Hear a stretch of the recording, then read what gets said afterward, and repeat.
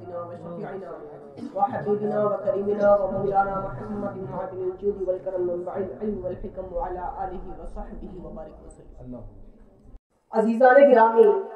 تو یزید کے ظلم و ستم سے ایک تو حضرت امام حسین کی شہادت ہوئی ہے جو ایک انتہائی خطرناک واقعہ گزرا ہے،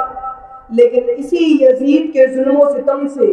حضرت عبداللہ ابن زبیر رضی اللہ تعالیٰ عنہ کی بھی شہادت ہوئی. حضرت امام حسین کو بھی ظلم و ستم کر کے شہید کیا گیا، اس میں بھی یہی یزید تھا، اور حضرت عبداللہ ابن زبیر رضی اللہ تعالیٰ عنہ کو بھی شہید کیا گیا، اور اس میں بھی شہید کرانے والا یہی یزید تھا. سب سے پہلے تو حضرت امام حسین رضی اللہ تعالیٰ عنہ کو شہید کرا دیا گیا. اس کی بھی وجہ یہی تھی کہ حضرت امام حسین رضی اللہ تعالیٰ عنہ نے اپنی جان قربان کرنا گوارا کر لی، اپنے خاندان کی جانوں کو قربان کرنا گوارا کر لیا، لیکن یہ گوارا نہیں ہوا کہ یزید کے ہاتھ پر بیعت کر لی جائے. اور یہی حال حضرت عبداللہ ابن زبیر رضی اللہ تعالیٰ عنہ کا بھی ہے کہ جب حضرت امام حسین رضی اللہ تعالیٰ عنہ شہید ہو جاتے ہیں تو مکہ کے لوگ حضرت عبداللہ ابن زبیر رضی اللہ تعالیٰ عنہ کے ہاتھ پر بیعت کر لیتے ہیں. اب پھر یہاں پر وہی بات آتی ہے، یزید ان سے بیعت کا مطالبہ کرتا ہے، لیکن حضرت عبداللہ ابن زبیر رضی اللہ تعالیٰ عنہ نے حضرت اسماء رضی اللہ تعالیٰ عنہ کی گود میں رہ کر تربیت پائی تھی. جس طریقے سے حضرت امام حسین نے حضرت فاطمہ الزہرا رضی اللہ تعالیٰ عنہ کی گود میں تربیت پائی ہے، تو انہوں نے اپنے ہاتھ کو یزید کے ہاتھ میں نہیں دیا. اسی طریقے سے حضرت عبداللہ ابن زبیر نے جنہوں نے حضرت اسماء کی گود میں تربیت پائی ہے، انہوں نے بھی اپنے ہاتھ کو یزید کے ہاتھ میں نہیں دیا. عزیزان گرامی، حضرت امام حسین رضی اللہ تعالیٰ عنہ کو تو کربلا کی سرزمین پر شہید کیا گیا، لیکن حضرت عبداللہ ابن زبیر رضی اللہ تعالیٰ عنہ کو مکہ کی سرزمین پر شہید کیا گیا. اس وقت یزید کے ظلم و ستم کا حال یہ تھا کہ یزید کا جو لشکر تھا معاذ اللہ کعبۃ اللہ پر بھی پتھر برسا رہا تھا. کعبۃ اللہ اور مسجد حرام کی حرمت کو پامال کرتا ہوا نظر آ رہا تھا. لیکن ایسے وقت میں بھی حضرت عبداللہ ابن زبیر رضی اللہ تعالیٰ عنہ کے بارے میں آتا ہے، جب نماز پڑھتے تھے تو حال یہ ہوتا تھا، ایسا لگتا تھا جیسے انہیں کسی چیز کی پرواہ ہی نہیں ہے. پوری توجہ کے ساتھ، پورے خشوع و خضوع کے ساتھ مکہ مکرمہ میں رہ کر کعبۃ اللہ کے سامنے نماز ادا کیا کرتے تھے. اللہ اکبر، کیسا اللہ کا خوف تھا، کیسی اللہ کی خشیت تھی. ایک طرف سے لشکر کھڑا ہوا ہے، کعبۃ اللہ پر پتھر برسا رہا ہے، ان کا جان کا دشمن ہے، لیکن پرواہ خوف اس دنیاوی لشکر کی نہیں ہے. خوف اور خشیت اگر کسی کی ہے تو اللہ رب العالمین کی ہے. حضرت عبداللہ ابن زبیر رضی اللہ تعالیٰ عنہ سے جہاں تک ہو سکا یزید کا مقابلہ کرتے رہے، لیکن پھر آخر میں جا کر حال یہ ہوا کہ حضرت عبداللہ ابن زبیر رضی اللہ عنہ کے ساتھ جو لوگ تھے، بہت سے لوگ چلے گئے، بہت سے لوگ شہید ہو گئے. صرف اور صرف چند لوگ حضرت عبداللہ ابن زبیر رضی اللہ عنہ کے ساتھ رہ گئے. اب نوبت یہاں تک آ چکی تھی کہ صاف سمجھ میں آ رہا تھا یا تو ہاتھ یزید کے ہاتھ میں دے دیا جائے یا پھر اپنی جان قربان کر دی جائے. اس وقت حضرت عبداللہ ابن زبیر رضی اللہ تعالیٰ عنہ جوان تھے، اور آپ کی والدہ محترمہ حضرت ابو بکر صدیق رضی اللہ تعالیٰ عنہ کی شہزادی حضرت اسماء رضی اللہ تعالیٰ عنہ بزرگ تھی.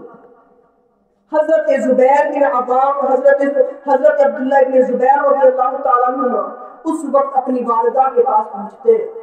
اور پہنچنے کے بعد پورے حالات سے اپنی ماں کو آگاہ کرتے ہیں کہ میری ماں اس وقت حالات یہ ہے، اب میں اس وقت کیا کروں. اللہ اکبر. عزیزان گرامی، اندازہ لگائیں، ایک طرف موت ہے، بوڑھی ماں کے سامنے اپنے جوان بیٹے کی موت نظر آ رہی ہے کہ یا تو یہ شہید ہوگا یا تو پھر یزید کے ہاتھ میں اپنا ہاتھ دے گا. اس وقت حضرت اسماء نے اس بات کی پرواہ نہیں کی کہ میرا بیٹا میرے سامنے شہید ہو جائے گا. ذرا بھی خوف نہیں آیا، ذرا بھی بچے کے اوپر اپنی ممتا نہیں آئی. اللہ کے لیے حضرت اسماء رضی اللہ تعالیٰ عنہ نے اپنے بیٹے سے کہا تھا، اے بیٹے، اگر حق کے لیے لڑ رہا تھا تو اب بھی حق کے لیے کھڑا رہے. اللہ اکبر. عزیزان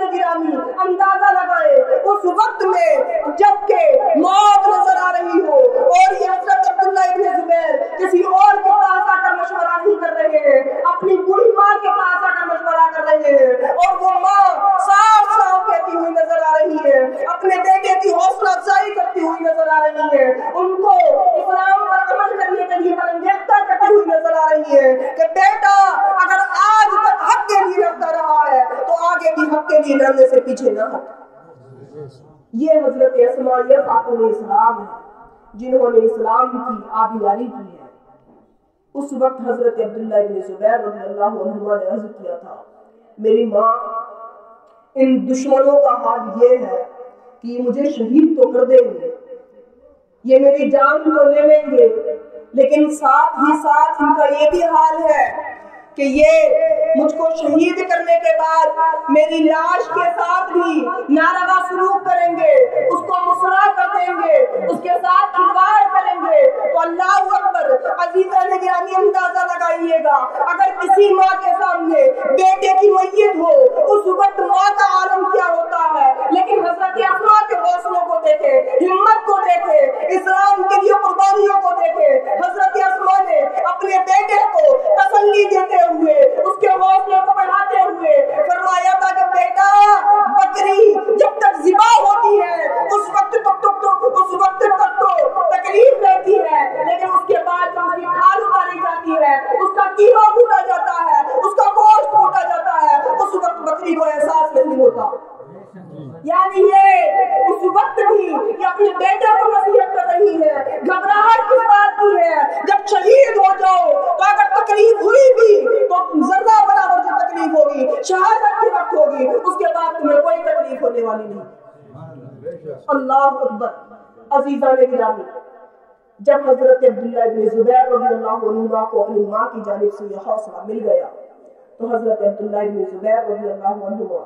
پھر یزید کے مقابلے میں آ کر شہید ہو جاتے ہیں، اور اس وقت یزیدی لشکر نے یہ کیا کہ حضرت عبداللہ ابن زبیر رضی اللہ عنہ کو شہید کرنے کے بعد بیچ سڑک پر آپ کی لاش مبارک کو سڑک پر لٹکا دیا گیا۔ اللہ اکبر۔ 3 دن تک حضرت عبداللہ ابن زبیر رضی اللہ عنہ کی لاش اسی طریقے سے سڑک پر لٹکی رہی۔ 3 دن کے بعد حضرت اسماء رضی اللہ عنہ کا اسی سڑک سے گزر ہوا۔ اندازہ لگائیں، آج ہمارے گھر میں بستر پر بیٹے کی اگر میت رکھی ہوئی ہو اس وقت ماں کے رونگٹے کھڑے ہو جاتے ہیں، ماں رونا شروع کر دیتی ہے، وہ اپنی ہمتوں کو جواب دے دیتی ہے، لیکن قربان جائے حضرت اسماء رضی اللہ عنہ پر، اور یہ کوئی جوانی کا وقت نہیں تھا، حضرت اسماء رضی اللہ عنہ کے بڑھاپے کا وقت تھا، اور جوان بیٹا سڑک پر 3 دن سے لٹکا اس کی لاش لٹکی ہوئی ہے، لیکن قربان جائے حضرت اسماء پر جب بیٹے پر نظر پڑتی ہے تو آنکھوں سے آنسو نہیں آتے، رونا دھونا شروع نہیں کرتی، بلکہ اس وقت یہ کہتی ہوئی نظر آتی ہے کیا کہ یہ جوان ابھی بھی سوار ہے۔ اللہ اکبر، کیسا حوصلہ اور ہمت تھی جن حوصلوں اور ہمتوں کے ساتھ ان ماں نے اپنے بچوں کی تربیت کی ہے اور ان کو اسلام کی آبیاری کے لیے پیش کی۔ تو عزیزان گرامی، آج جو ہمارے سامنے پریشانی آ رہی ہے اس کی ایک بڑی وجہ یہ ہے کہ ہماری گھر کی جو عورتیں ہیں وہ تربیت یافتہ نہیں۔ ایک بڑی وجہ یہ ہے کہ ہمارے گھر کی جو عورتیں ہیں یہ اسلامی تعلیمات سے آگاہ نہیں، ان کے اندر اسلامی ماحول نہیں۔ اگر ان کے اندر اسلامی ماحول آ جائے تو ہماری آنے والی نسلیں وہ حضرت عبداللہ ابن زبیر رضی اللہ عنہ کے اور حضرت امام حسن اور حضرت امام حسین رضی اللہ عنہ کے نقش قدم پر چلتی ہوئی نظر آئیں گی۔ بے شک بے شک۔ حضرت اسماء بنت ابو بکر رضی اللہ عنہ کے بارے میں ہی آتا کہ یہ حضرت ابو بکر صدیق رضی اللہ عنہ کی بیٹی تھی۔ حضرت ابو بکر صدیق رضی اللہ عنہ کے مالی حالات اچھے تھے تو انہوں نے اپنا بچپن تو حضرت عبداللہ ابن حضرت ابو بکر رضی اللہ عنہ کے گھر پر گزارا تھا، لیکن جب ان کی شادی ہوئی اور یہ حضرت زبیر بن عوام رضی اللہ عنہ کے گھر پر پہنچی تو شوہر کا حال یہ تھا کہ ان کے حالات بہت تنگ دست تھے، لیکن ایک مالدار گھر کی بچی ایک غریب گھر میں پہنچی تو صحیح، گھر میں پہنچ تو گئی، لیکن مالدار گھر میں بیٹی کو صرف مال و دولت نہیں دکھایا گیا تھا، اس کی اچھی تربیت اور اچھی پرورش کی گئی تھی، اس کو اسلامی تعلیمات سے آگاہ کیا گیا تھا۔ یہی وجہ ہے کہ حضرت اسماء نے حضرت زبیر بن عوام رضی اللہ تعالیٰ عنہ کے ساتھ بہترین زندگی گزاری۔ اور اس وقت حال یہ تھا کہ حضرت زبیر رضی اللہ تعالیٰ عنہ کے پاس صرف ایک گھوڑا اور ایک اونٹ تھا، اور اس گھوڑے اور اونٹ کا جتنا کام ہوا کرتا تھا وہ سارا کام حضرت اسماء کیا کرتی تھی۔